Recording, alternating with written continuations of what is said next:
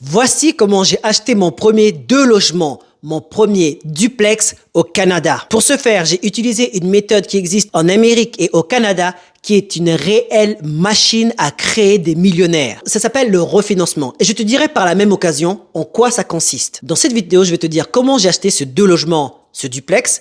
Je vais te dire pourquoi c'était mon achat le plus compliqué.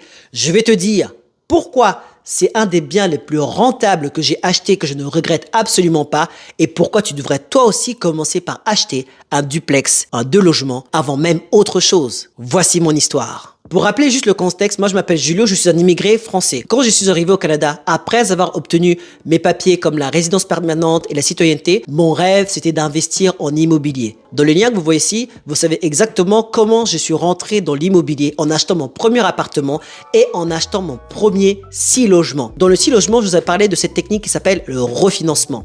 Le refinancement, c'est quoi? C'est quand tu as un bien immobilier que tu as acheté depuis un certain temps, moyennant paiement de loyer, rénovation, prise de valeur, la banque t'autorise à reprendre un certain montant dans le but de le réinvestir. Et en général, les investisseurs d'immobilier ici, quand on refinance, c'est pour remettre dans une mise de fonds, racheter de l'immobilier. Et j'espère que ça fait du sens. Si vous avez des questions, n'hésitez pas à me le faire savoir dans les commentaires.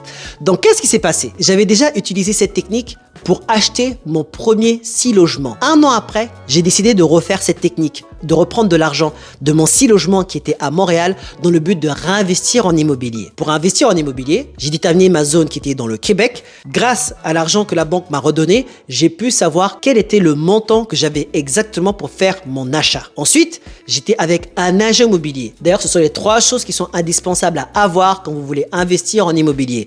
Point numéro 1, avoir un agent immobilier. Point numéro 2, connaître exactement la zone dans laquelle vous voulez acheter. Point numéro 3, connaître exactement votre budget d'une manière sûre. Ayant un budget, je cherchais maintenant des biens sur Realtor. Realtor est un site internet où on peut chercher tout type de biens immobiliers à vendre ou à louer. Avec mon agent immobilier à l'époque, nous avons donc cherché un bien immobilier dans notre budget et dans notre secteur. On a passé tout au peigne fin. La première fois, on n'a pas forcément trouvé quelque chose qui nous paraissait intéressant. Et la recherche était assez longue et fastidieuse.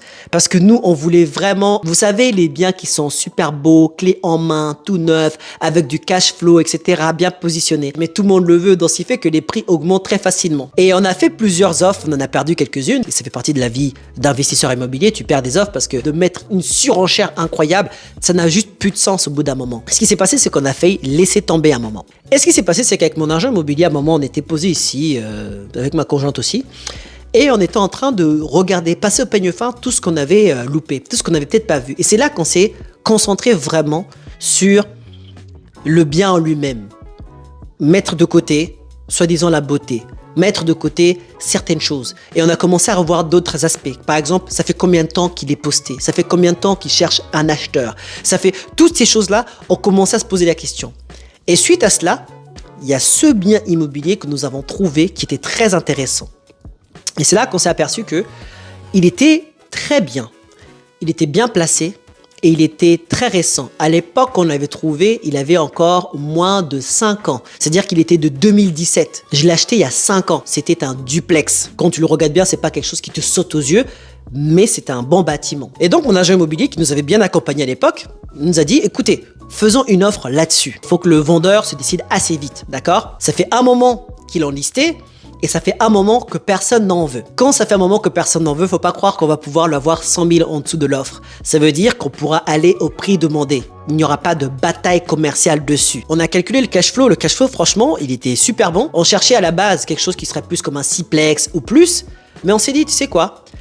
Si quelque chose comme un duplex rentre dans nos chiffres, fait du sens et nous permet de ne pas nous prendre la tête et que le bâtiment est récent, qu'il n'y a pas beaucoup de travail, même pas du tout de travail à faire et que c'est un cash flow, investissant là-dedans, voyons ce que ça va donner. De toute façon, on pourra le mettre dans notre parc immobilier et puis ça pourra prendre de la valeur et on pourra refinancer aussi à terme à l'époque. Et c'est quelque chose sur lequel on n'a pas à se prendre la tête. Voici comment on avait réfléchi à l'époque.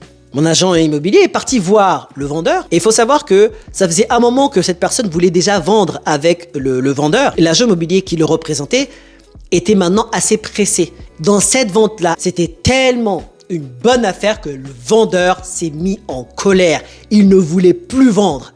Je vous explique. L'agent immobilier a parlé à son client et lui a dit « Voici ce qu'ils veulent Et voici ce qu'il propose. Et c'est une offre qui n'est pas mal. Viens, on accepte. La personne, le vendeur, c'était un investisseur aussi.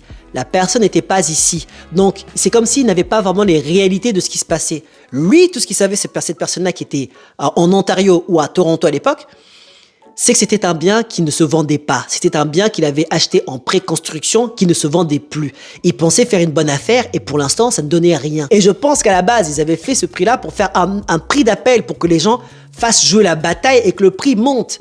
Et c'est pas ce qui s'était passé. Mon agent immobilier a été en mode « je te fais l'offre maintenant à prendre ou à laisser ». Et sur les arguments de l'agent immobilier, le vendeur a accepté. Donc on avait signé. Une fois qu'on a signé et que l'offre est acceptée, tu ne peux plus faire marche arrière. Et pourquoi c'était compliqué? Parce que maintenant, le vendeur a retrouvé ses esprits. Il a dit « Waouh, qu'est-ce que j'ai fait comme bêtise? J'aurais pu en avoir bien plus !» Et là, il a commencé à vouloir changer d'avis. Mais heureusement que la réglementation nous a protégés et que mon agent immobilier avait des très bonnes connaissances à l'époque. Elle a dit « Non, c'est trop tard. » Quand tu as accepté une offre, tu ne peux plus revenir en arrière. Et même si tu reviens en arrière, il faut que tu payes une pénalité. Dans ce qui fait qu'il était en quelque sorte coincé et commençait à nous faire du chantage. Jusqu'à même passer chez le notaire. Il ne voulait pas se présenter. C'est incroyable comment que c'était difficile. Là où c'est bien d'avoir de l'expérience, c'est que mon agent immobilier et surtout mon mentor m'avait dit « Julio, cette situation, c'est pas grave parce que tu as tout à gagner. Soit il va accepter l'offre de toute façon, donc tu as gagné un bien, un bon prix, soit il refuse et il va te payer une pénalité. Donc ce qui fait que ça va te rajouter une bonne somme d'argent pour aller chercher ton prochain bien immobilier.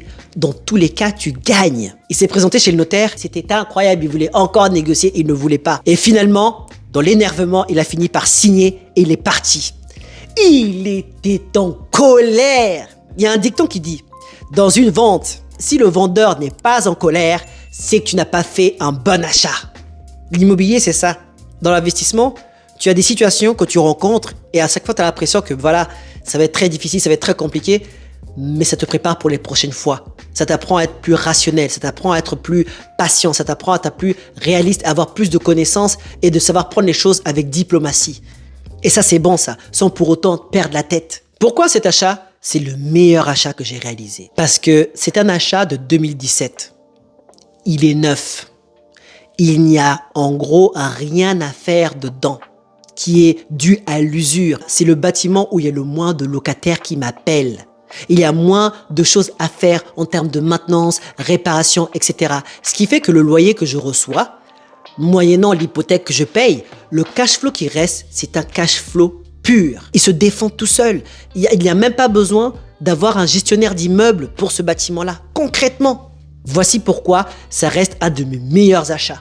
Et il est un des plus rentables. En termes d'énergie, il me demande rien. Pourquoi par rapport à toi, en tant qu'investisseur, pour ton premier bien, un duplex, c'est ce que je te recommande et pourquoi ce serait un meilleur achat? Quand tu commences à investir en immobilier, c'est pas tout le monde qui a un gros budget. Le duplex, c'est celui qui est le plus raisonnable en termes de budget par rapport à un sixplex et plus. Tu as la possibilité de mettre un pied dans l'investissement immobilier et d'apprendre d'une manière pacifique parce qu'il n'y a que 2 logements à gérer. Et même s'il n'y a pas que 2 logements à gérer, tu peux tout à fait habiter dans un appartement et faire louer l'autre appartement. Tu as déjà un locataire qui t'aide à rembourser ton hypothèque. En habitant par exemple dans un logement et en faisant louer l'autre, tu as l'avantage de la proximité.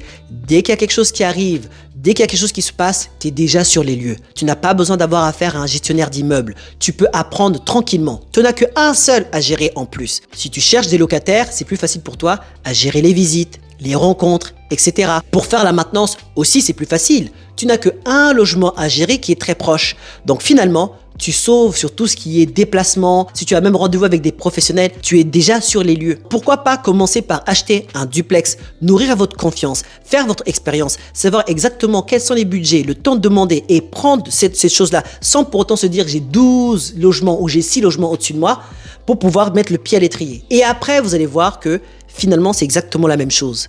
Donc le duplex reste un très bon achat. Mais il y a même un investisseur qui va se reconnaître sûrement, qui m'a dit il a commencé par un duplex et c'est celui-là qui lui a donné la liberté financière. C'est pas forcément qu'une question de nombre. Mon duplex est plus rentable que certains biens immobiliers que j'ai achetés qui sont plus grands. Heureusement qu'on s'est remotivé et qu'on avait la volonté de bien faire et de faire un bon achat.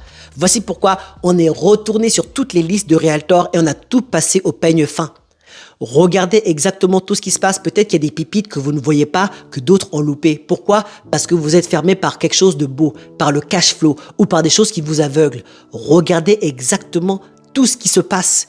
Seules les personnes capables de voir l'invisible vont réaliser l'impossible. Vous aussi, lancez-vous, investissez en immobilier. Vous savez, c'est pas tout le monde qui connaît. L'agent immobilier de l'autre côté, il a laissé de partir quelque chose qui était finalement une pépite. Ça arrive.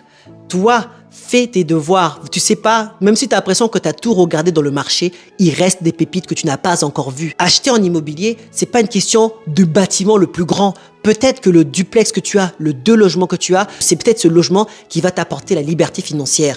Juste, fais bien ton travail. Et tous les investisseurs que vous voyez ou les agents immobiliers, ils n'ont pas que des bâtiments en or ou des bâtiments vraiment incroyables. Posez-moi la question, est-ce que tous mes bâtiments que j'ai, c'est des bâtiments de fous qui rapportent des milliers de dollars? Non.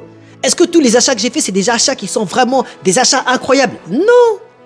Mais il faut passer à l'action. C'est cet achat-là, plus un autre achat, plus un autre achat qui va t'apporter aussi certains résultats. Cet achat que tu vas faire, peut-être celui-là, il va t'apporter la plus-value en termes de refinancement. Alors l'autre achat que tu vas faire, peut-être que c'est un achat qui va justifier de certaines dépenses. L'autre achat que tu vas faire, peut-être que c'est l'achat qui t'apporte pas la plus-value, mais qui t'apporte un cash flow. Je ne suis pas le plus intelligent, je ne suis pas le plus fort. Pourtant, un achat plus un autre a permis d'atteindre la liberté financière. Je n'ai pas que des beaux bâtiments. Je n'ai pas le meilleur procédé.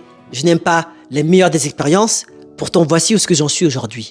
Moi, je m'appelle Julio. Mon but, faire des vidéos orientées motivation, mindset et investissement afin qu'un maximum de personnes comme moi, à partir de rien, puissent atteindre la liberté financière. Si tu aimes ce genre de contenu, rends-toi un service. Like, abonne-toi, active la cloche de notification et partage tout autour de toi pour des personnes qui veulent investir en immobilier et qui ne savent pas par où commencer. Moi, sur ce, je te laisse avec cette vidéo qui t'explique comment j'ai acheté mon premier 6 logements au Canada. Et cette vidéo t'explique comment je suis rentré dans le monde de l'investissement immobilier.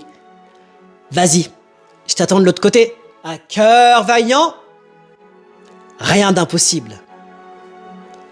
À très bientôt.